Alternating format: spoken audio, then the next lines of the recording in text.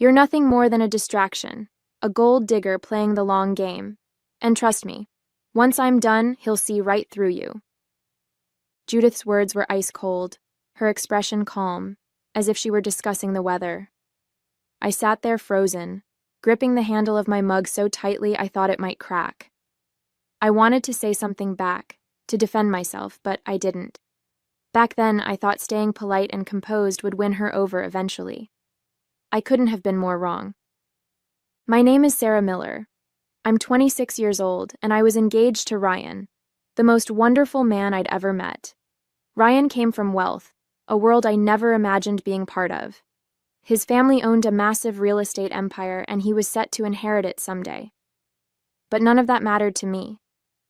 I grew up in a poor but loving household, working hard as a preschool teacher to make my own way. Ryan loved me for who I was, not what I had, and for the first time in my life, I felt seen and valued.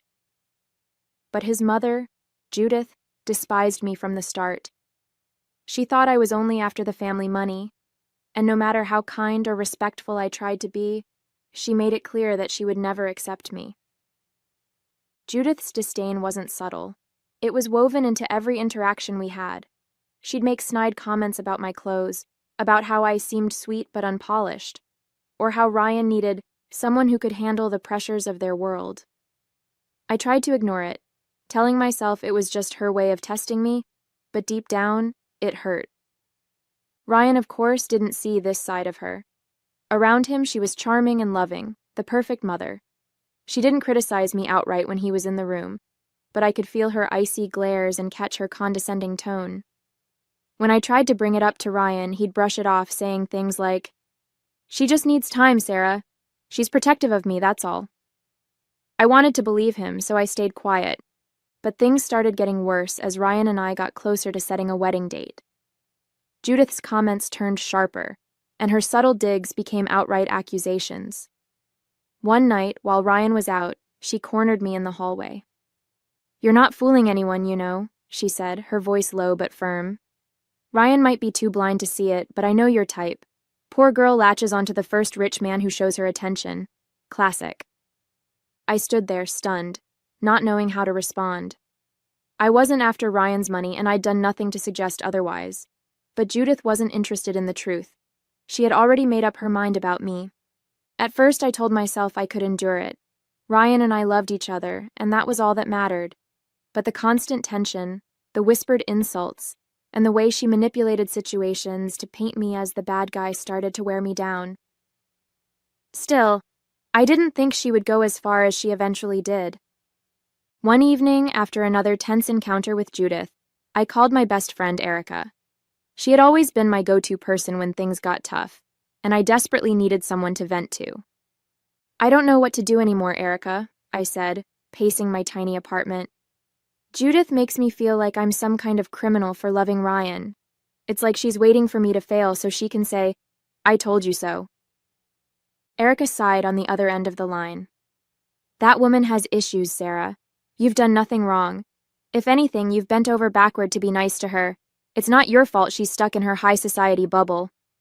I plopped onto the couch, rubbing my temples. "It's not just the insults. She says things to Ryan about me too, things that aren't true, and I don't know how much longer I can take it.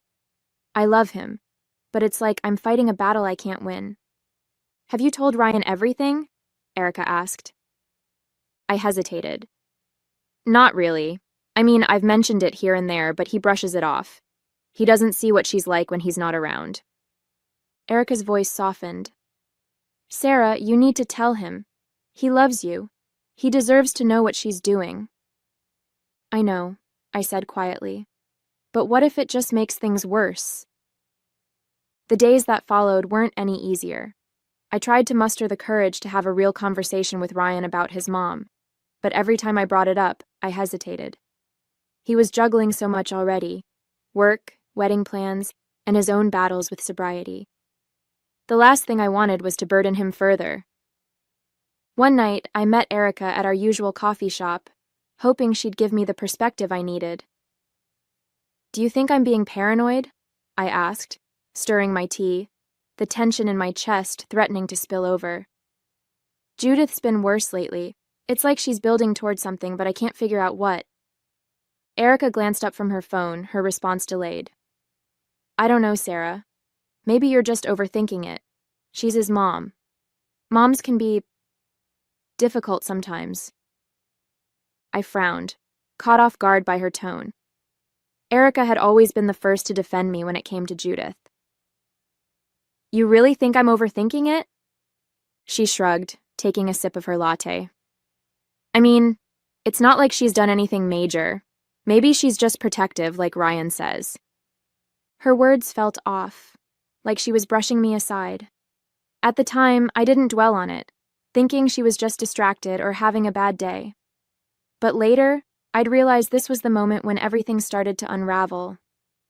Over the next few weeks, Erica became increasingly distant. It wasn't just the dismissive comments. She started dodging my calls, responding to texts hours later, or not at all. When we did talk, she seemed preoccupied, barely listening to what I was saying. I tried not to take it personally at first. Everyone has their own stuff going on, right? But deep down, it bothered me.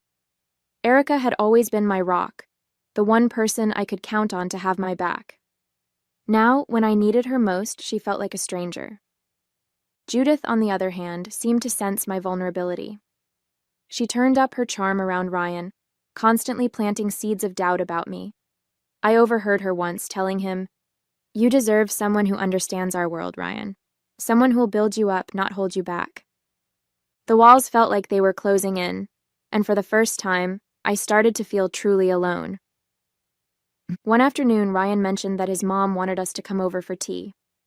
She says she wants to make an effort, he told me, his tone hopeful. Maybe she's finally warming up to you. I didn't believe it for a second, but for Ryan's sake, I agreed to go. If there was even the smallest chance Judith was willing to change, I wanted to give her the opportunity. When we arrived at her house, I was already on edge. Judith greeted us with her usual overly polite smile, but the moment I stepped into the living room, my stomach dropped. Erica was sitting on the couch, sipping tea like she belonged there. "Sarah," Erica said, feigning surprise, though her eyes darted nervously to Judith. "What a coincidence. I was just catching up with Judith." I froze, glancing at Ryan, who looked confused but didn't seem to think anything of it. "What's going on?" I asked, my voice tight. Judith's smile widened. "Oh, I thought it would be nice for all of us to sit down together. Your good friend Erica has been very helpful lately." The room suddenly felt too small, the air too thick. I sat down stiffly, every instinct screaming that something was wrong. I couldn't help myself. "I didn't know you two knew each other," I said, my voice laced with confusion as I looked between Judith and Erica. Judith raised an eyebrow, her expression deliberately casual. "Oh, we've crossed paths here and there," she said smoothly, reaching for her tea. "Erica has been such a dear. It's always nice to have someone who truly cares about Ryan." My stomach twisted at her words. I turned to Erica, searching her face for some kind of explanation, but she wouldn't meet my eyes.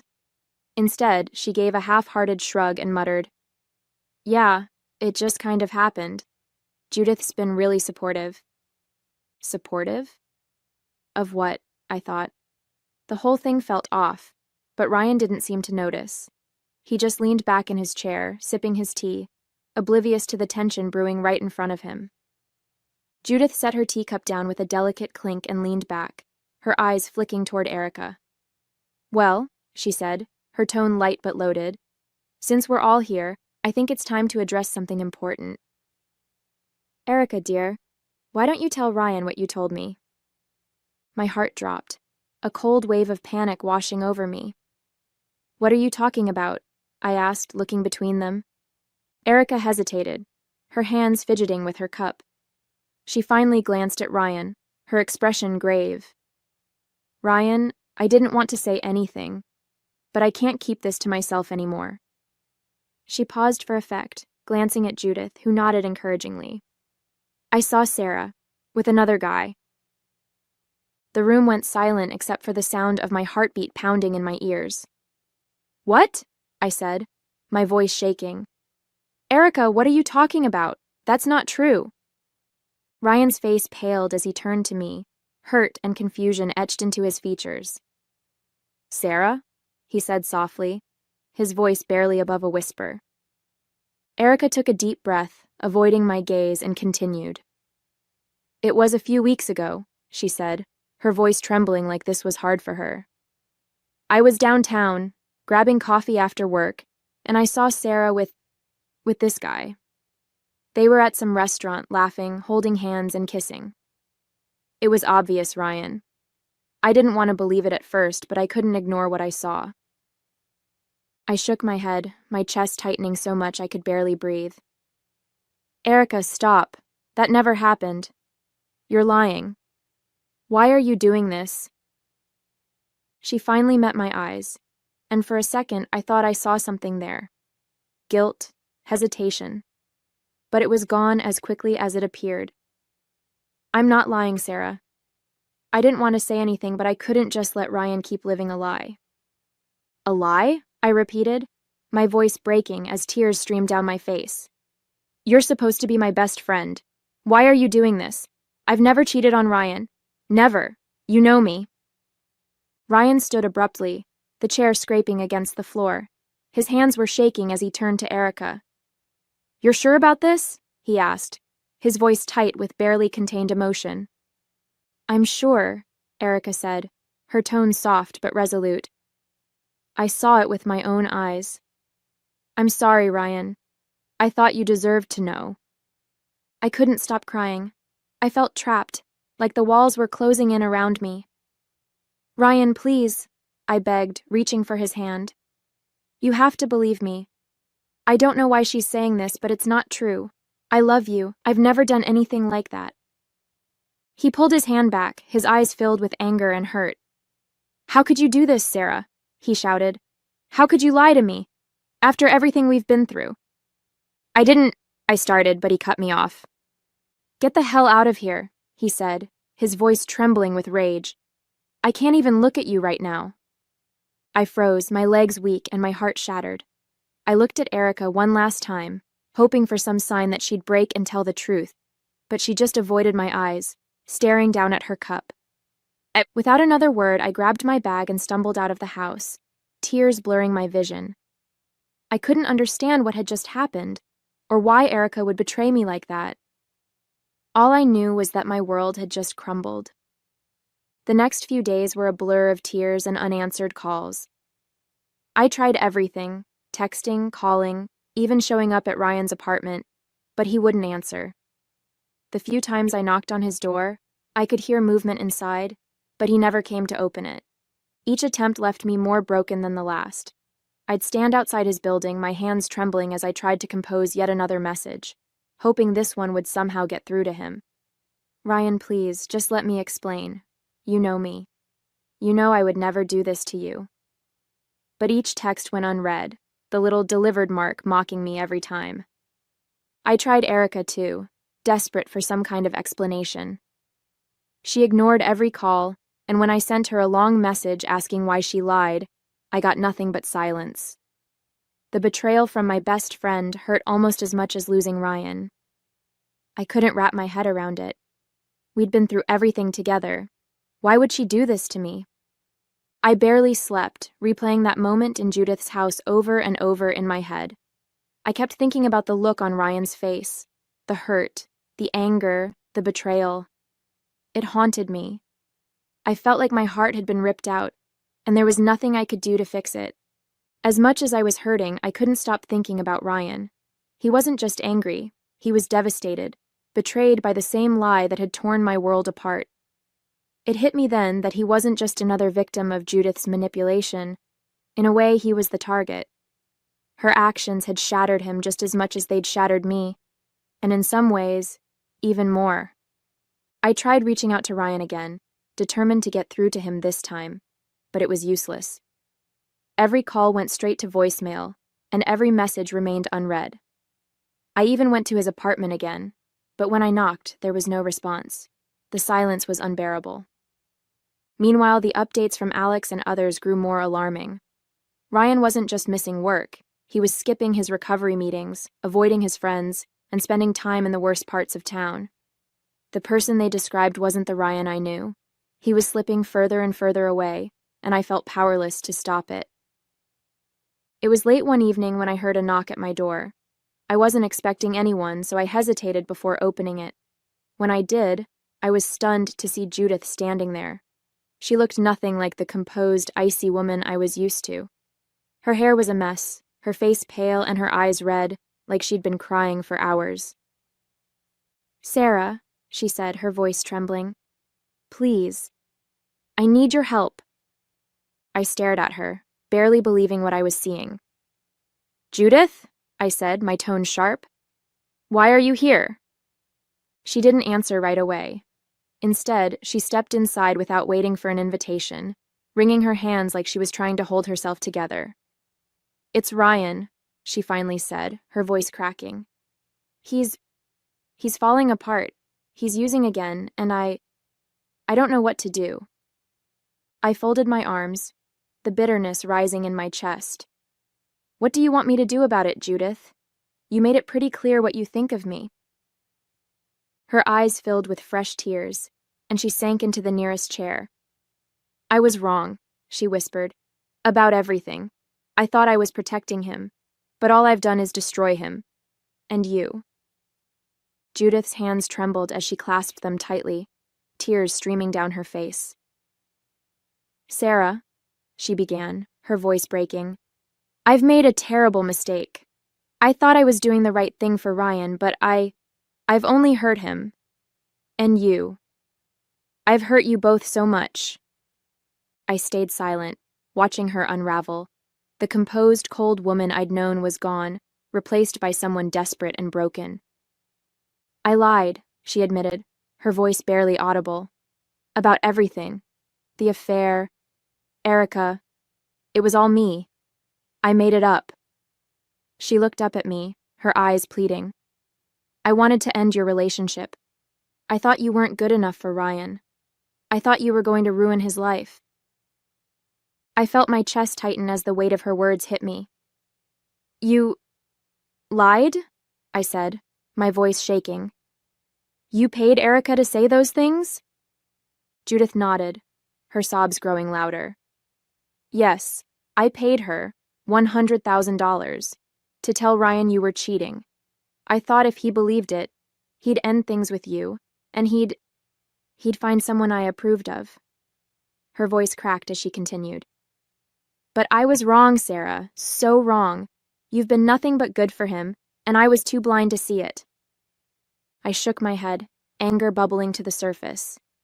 "You didn't just hurt me, Judith. You destroyed him. Do you see what he's become because of you? He's back on drugs, he's lost, and he's hurting because of the lies you told." Judith's sobs turned into full-on weeping as she buried her face in her hands. "I know," she choked out.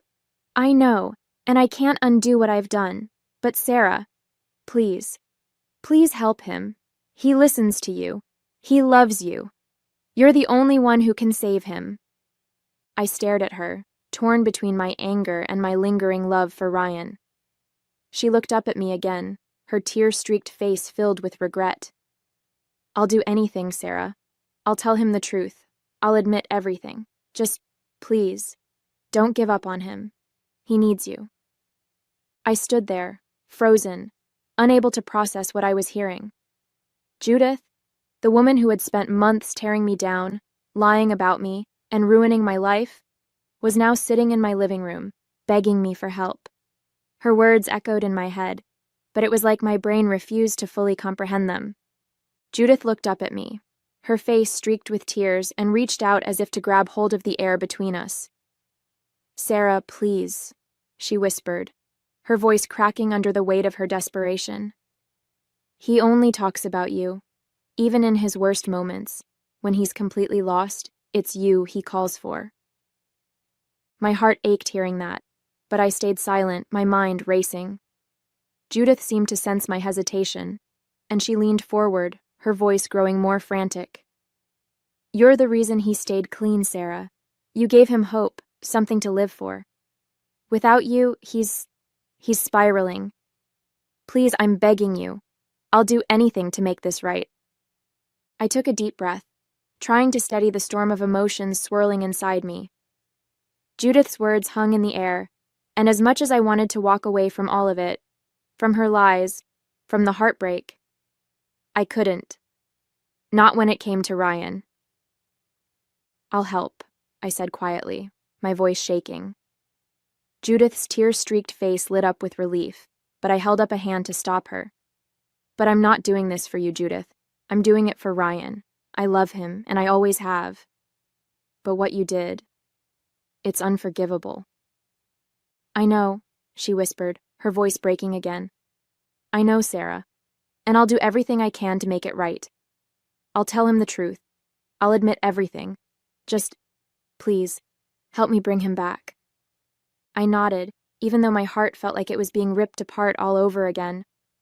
"I'll talk to him," I said firmly. "But this doesn't mean everything is fine. It's going to take a lot for him to heal, for both of us to heal." Judith wiped her face, nodding furiously. "Thank you," she said, her voice barely audible. "Thank you, Sarah." As she left, I felt a mix of dread and hope.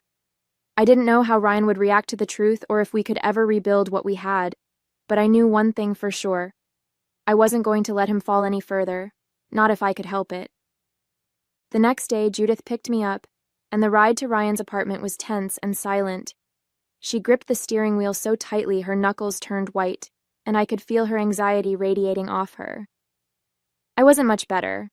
I kept fidgeting with my hands, my stomach in knots as I thought about what was about to happen. When we arrived, Judith knocked on Ryan's door, her hand trembling slightly.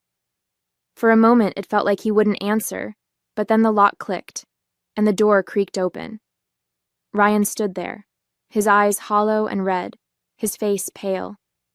He looked worse than I'd ever seen him, and it broke my heart. His gaze flickered to me, and then to Judith, hardening instantly. "What do you want?" he asked, his tone sharp, his body blocking the doorway as if to keep us out. "I'm tired of you and your games." Judith flinched, her breath catching. She hesitated, gripping the strap of her handbag like it was the only thing keeping her steady.